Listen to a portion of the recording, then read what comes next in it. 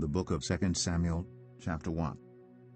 After the death of Saul, David returned from striking down the Amalekites and stayed in Ziklag 2 days. On the third day a man arrived from Saul's camp with his clothes torn and dust on his head.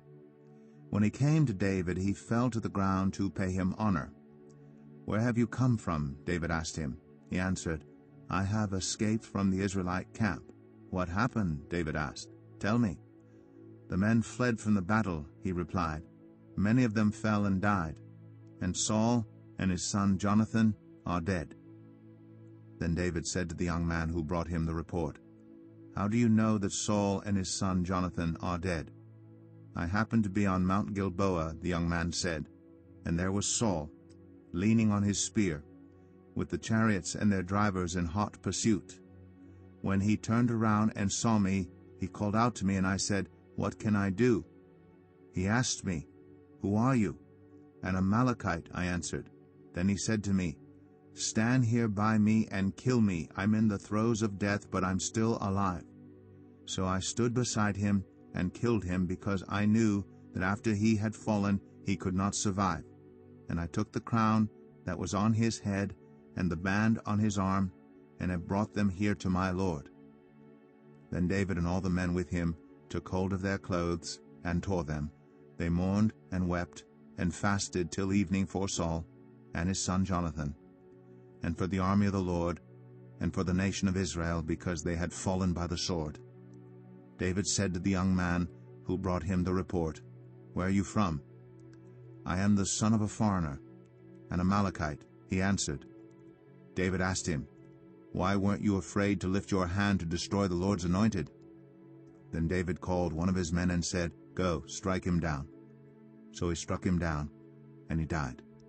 For David had said to him, "Your blood be on your own head. Your own mouth testified against you when you said, 'I killed the Lord's anointed.'" David took up this lament concerning Saul and his son Jonathan, and he ordered that the people of Judah be taught this lament of the bow. It is written in the book of Jashar, "A gazelle lies slain on your heights, Israel. How the mighty have fallen. Tell it not in Gath. Proclaim it not in the streets of Ashkelon, lest the daughters of the Philistines be glad, lest the daughters of the uncircumcised rejoice. Mountains of Gilboa, may you have neither dew nor rain. May no showers fall on your terraced fields. For there the shield of the mighty was despised, the shield of Saul, no longer rubbed with oil. From the blood of the slain, from the flesh of the mighty, the bow of Jonathan did not turn back. The sword of Saul did not return unsatisfied. Saul and Jonathan, in life they were loved and admired, and in death they were not parted. They were swifter than eagles, they were stronger than lions. Daughters of Israel, weep for Saul, who clothed you in scarlet and finery, who adorned your garments with ornaments of gold. How the mighty have fallen in battle. Jonathan lies slain on your heights. I grieved for you, Jonathan, my brother. You were very dear to me. Your love for me was wonderful, more wonderful than that of women. How the mighty have fallen. The weapons of war have perished." 2 Samuel 2.